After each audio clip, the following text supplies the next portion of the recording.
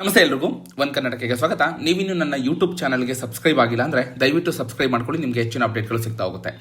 Property mutation, ಆಸ್ತಿ ನೋಂದಣಿ ನಂತರ 98% ಖಾತೆಗಳು ಸ್ವಯಂಚಾಲಿತವಾಗಿ ಬದಲಾವಣೆಯಾಗಿದೆ. ಸಚಿವ ಕೃಷ್ಣ ಬೈರೇಗೌಡರು ಹೇಳಿದ್ದಾರೆ. ಏನಂದ್ರೆ, ಕಂದಾಯ ಇಲಾಖೆಯಲ್ಲಿ ಒಂದು ಕ್ರಾಂತಿಕಾರಿ ಬದಲಾವಣೆ ತಂದಿರುವ ಆಟೋ ಮ್ಯೂಟೇಷನ್ ವ್ಯವಸ್ಥೆಯ ಕುರಿತು ಕಂದಾಯ ಸಚಿವ ಕೃಷ್ಣ ಬೈರೇಗೌಡರು ವಿಧಾನ ಪರಿಷತ್ನಲ್ಲಿ ಮಾಹಿತಿ ಹಂಚಿಕೊಳ್ತಾರೆ. ಆಸ್ತಿ ನೋಂದಣಿ ಮಾಡಿಸಿದ ನಂತರ ಖಾತೆ ಅಂದ್ರೆ ಮ್ಯೂಟೇಷನ್ ಬದಲಾವಣೆಗಾಗಿ ಖಾತೆ ಬದಲಾವಣೆ ಅಂತ ಹೇಳ್ತಾರಲ್ಲ, ಅದನ್ನ ಮ್ಯೂಟೇಷನ್ ಅಂತ ಹೇಳ್ತಾರೆ.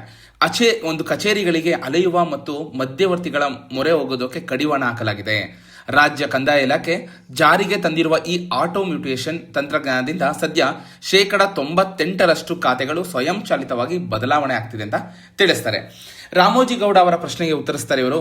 ಇಲಾಖೆಯಲ್ಲಿ ತಂದಿರುವ ಡಿಜಿಟಲ್ ಸುಧಾರಣೆಗಳ ರಿಪೋರ್ಟ್ ಕಾರ್ಡ್ ಮುಂದಿಟ್ಟರು. ಆಟೋ ಮ್ಯೂಟೇಷನ್ ವೇಗ ನೀಡಲಾಗಿದೆ. ಕಳೆದ ವರ್ಷವಷ್ಟೇ 66% ಸ್ವಯಂಚಾಲಿತ ಖಾತೆ ಬದಲಾವಣೆ ಪ್ರಮಾಣ ಈ ಒಂದು ಕಳೆದ ತಿಂಗಳ ಜಾರಿಗೆ ತಂದ ಹೊಸ ಸುಧಾರಣೆಯಿಂದಾಗಿ 98% ಏರಿಕೆಯಾಗಿದೆ ಅಂತ ತಿಳಿಸ್ತಾರೆ. ಹಾಗೆ ಅರ್ಜಿ ಸಲ್ಲಿಸಿದ ಕೆಲವೇ ಗಂಟೆಗಳಲ್ಲಿ ಅಥವಾ ಗರಿಷ್ಠ 16 ದಿನಗಳ ಒಳಗಾಗಿ ಯಾವುದೇ ತಕರಾರು ಇಲ್ಲದಿದ್ದಲ್ಲಿ ಖಾತೆ ಬದಲಾವಣೆ ಪ್ರಕ್ರಿಯೆ ಸಂಪೂರ್ಣವಾಗಿ ಪೂರ್ಣಗೊಳ್ಳುತ್ತೆ ಅಂತ ತಿಳಿಸಿದ್ದಾರೆ. ಹಾಗೆ ಈ ಮೂಗರ್ಜಿ ತಕರಾರುಗಳಿಗೆ ಕಡಿವಾಣ.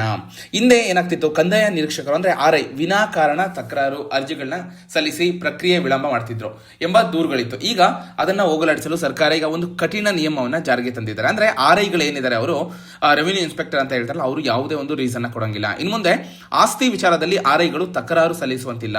ಕೇವಲ ಸರ್ಕಾರದ ಹಿತಾಸಕ್ತಿ ಇದ್ದಾಗ ಮಾತ್ರ ಅವರು ಮಧ್ಯ ಪ್ರವೇಶಿಸಬೇಕು. ಅಲ್ಲದೆ ತಕರಾರು ಸಲ್ಲಿಸುವವರಿಗೆ ಆಧಾರ್ KYC ಕಡ್ಡಾಯಗೊಳಿಸಲಾಗಿದೆ. ಇದರಿಂದ ಒಂದೇ ವ್ಯಕ್ತಿ ಅನಾಮಧೇಯವಾಗಿ 16 ಅರ್ಜಿಗಳನ್ನ ಸಲ್ಲಿಸಿ ಜನರಿಗೆ ಕಿರುಕುಳ ನೀಡಲು ಸಾಧ್ಯವಿಲ್ಲ. ಈ ಮೂಲಕ ಮೂಗರ್ಜಿ ತಕರಾರುಗಳಿಗೆ ಸಂಪೂರ್ಣ ಒಂದು ಕಡಿವಾಣ ಹಾಕಲು ಸರ್ಕಾರ ನಿರ್ಧಾರ ಮಾಡಲಾಗಿದೆ. ಹಾಗೆ ಈ ಆಸ್ತಿ ದಾಖಲೆಗಳಲ್ಲಿನ ಸಣ್ಣ ಪುಟ್ಟ ತಿದ್ದುಪಡಿಗಳು ಏನಿದೆ ಅಂದ್ರೆ RRT ಕರೆಕ್ಷನ್ಸ್ ಇರುತ್ತೆ, ಸುಲಭವಾಗಿ ಈಗ ಆನ್ಲೈನ್ ವ್ಯವಸ್ಥೆಯನ್ನು ಅಳವಡಿಸಲಾಗಿದೆ. ಈ ಹಿಂದೆ ಪ್ರಕ್ರಿಯೆಯು ಅತ್ಯಂತ ಜಟಿಲವಾಗಿದ್ದು ಜನರಿಗೆ ಅರ್ಥವಾಗ್ತಿರ್ಲಿಲ್ಲ. ಈಗ ಆನ್ಲೈನ್ ಮೂಲಕ ಅರ್ಜಿ ಸಲ್ಲಿಸೋದ್ರಿಂದ ಯಾವ ಅಧಿಕಾರಿಯ ಬಳಿ ಎಷ್ಟು ದಿನಗಳಿಂದ ಕಡಿತ ಬಾಕಿ ಇದೆ ಅಂತ ಪತ್ತೆ ಹಚ್ಚಲು ಸುಲಭವಾಗುತ್ತೆ ಅಂತ ತಿಳಿಸಿದ್ದಾರೆ. ಹಾಗೆ ಹೆಚ್ಚು ದಿನ ಬಾಕಿ ಇರುವ ಪ್ರಕರಣಗಳನ್ನು ಗುರುತಿಸಿ ಶೀಘ್ರ ವಿಲೇವಾರಿ ಮಾಡಲು ತಂತ್ರಜ್ಞಾನ ಪೂರಕವಾಗಿದೆ ಅಂತ ಸಚಿವರು ವಿವರಿಸಿದ್ದಾರೆ. ಈ ತಂತ್ರಜ್ಞಾನ ಯಾವ ಮಟ್ಟಕ್ಕೆ ನಮ್ಮ ಅಧಿಕಾರಿಗಳು ಉಪಯೋಗಿಸ್ಕೊಂತಿದ್ದಾರೆ ಅನ್ನೋದನ್ನ ಕಾದು ನೋಡ್ಬೇಕಾಗುತ್ತೆ. ಯಾಕಂದ್ರೆ ನೀವು ಎಷ್ಟೊಂದು ಡಿಸ್ಟ್ರಿಕ್ಟ್ ಅಲ್ಲಿ ನೋಡ್ಬೋದು, ಮೈಸೂರು ಆಗಲಿ, ತುಮಕೂರು ಆಗಲಿ, ಎಷ್ಟೊಂದು ಕಡೆ ನಮಗೆ ಈ ಖಾತೆ ಆಗ್ತಾ ಇಲ್ಲ, ಯಾವುದೋ ಒಂದು ಪ್ರಾಪರ್ಟಿ ರಿಲೇಟೆಡ್ ನಾವು ತುಂಬಾ ಓಡಾಡ್ತಾ ಇದೀವಿ 3 months 4 months ಇಂದ, ಸೊ ಸಾಫ್ಟ್ವೇರ್ ವರ್ಕ್ ಆಗ್ತಿಲ್ಲ, ಇದೇ ರೀತಿ ಅನೇಕ ಕಾರಣಗಳನ್ನ ಹೇಳ್ತಾ ಇದ್ದಾರೆ. ಬಿಟ್ರೆ ಯಾವುದೇ ಒಂದು ಕೆಲಸ ಆಗ್ತಿಲ್ಲ ಅನ್ನೋದು ಜನಗಳ ಕಂಪ್ಲೇಂಟ್ ಕೂಡ ಆಗಿದೆ. 16 ವರ್ಷಗಳ ಕೇಸ್ ವಿಲೇವಾರಿ ಮಾಡ್ತೀವಿ ಅಂತ ಕೂಡ ಹೇಳಿದ್ದಾರೆ. ಅಂದ್ರೆ ಸಚಿವರು ಜವಾಬ್ದಾರಿ ವಹಿಸಿಕೊಂಡ ಸಮಯದಲ್ಲಿ ತಹಸೀಲ್ದಾರ್ AC ನ್ಯಾಯಾಲಯಗಳಲ್ಲಿ ಸಾವಿರಾರು ಪ್ರಕರಣಗಳು ಬಾಕಿ ಇದ್ವು.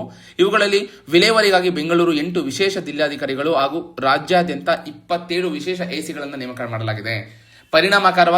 ಪರಿಣಾಮವಾಗಿ ತಹಶೀಲ್ದಾರ್ ನ್ಯಾಯಾಲಯದಲ್ಲಿದ್ದ 10,774 ಪ್ರಕರಣಗಳಲ್ಲಿ ಈಗ 137 ಮಾತ್ರ ಬಾಕಿ ಇದೆ. AC ನ್ಯಾಯಾಲಯಗಳಿದ್ದ 73,634 ಪ್ರಕರಣಗಳಲ್ಲಿ 90% ಇತ್ಯರ್ಥವಾಗಿದ್ದು ಪ್ರಸ್ತುತ 10,255 ಪ್ರಕರಣಗಳು ಬಾಕಿವೆ ಅಂತ ತಿಳಿಸಿದ್ದಾರೆ. ಇದು ಬೃಹತ್ ಸುಧಾರಣೆಯ ಒಂದು ಜನಸಾಮಾನ್ಯರಿಗೆ ನ್ಯಾಯ ಸಿಗುವಂತೆ ಮಾಡಿದೆ ಅಂತ ತಿಳಿಸ್ತಾರೆ. ಆದರೆ ಜನಗಳ ರೆಸ್ಪಾಂಡ್ ಏನಿದೆ, ಜನಗಳು ಏನ್ ಹೇಳ್ತಾರೆ ಅನ್ನೋದನ್ನ ನಾವು ಕಾದ್ ನೋಡ್ಬೇಕು. ಇದೇ ರೀತಿ ಒಂದು ಹೆಚ್ಚಿನ ಅಪ್ಡೇಟ್ಗಾಗಿ ನನ್ನ ಯೂಟ್ಯೂಬ್ ಚಾನಲ್ ಸಬ್ಸ್ಕ್ರೈಬ್ ಮಾಡ್ಕೊಳ್ಳಿ. ನಿಮಗೆ ಎಲ್ಲಾದ್ರೂ ಸಮಸ್ಯೆ ಆಗ್ತಿದೆಯಾ ಆಸ್ತಿ ವಿಚಾರದಲ್ಲಿ, ಅಥವಾ ಸರ್ಕಾರ ಏನ್ ಇದನ್ನ ಚೇಂಜಸ್ ಮಾಡ್ತಿದೆ, ಇದು ವರ್ಕ್ ಆಗ್ತಿದೆಯಾ, ನಿಮ್ಗೆ ಅನಿಸುತ್ತೆ ಕಮೆಂಟ್ ಮುಖಾಂತರ ತಿಳಿಸಿ. ಇದೇ ರೀತಿ ಒಂದು ಹೆಚ್ಚಿನ ಅಪ್ಡೇಟ್ಗಾಗಿ ನನ್ನ ಯೂಟ್ಯೂಬ್ ಚಾನಲ್ ಸಬ್ಸ್ಕ್ರೈಬ್ ಮಾಡ್ಕೊಳ್ಳಿ. ಇದೇ ರೀತಿ ಸಪೋರ್ಟ್ ಮಾಡ್ತಾ ಇರಿ. ಧನ್ಯವಾದಗಳು.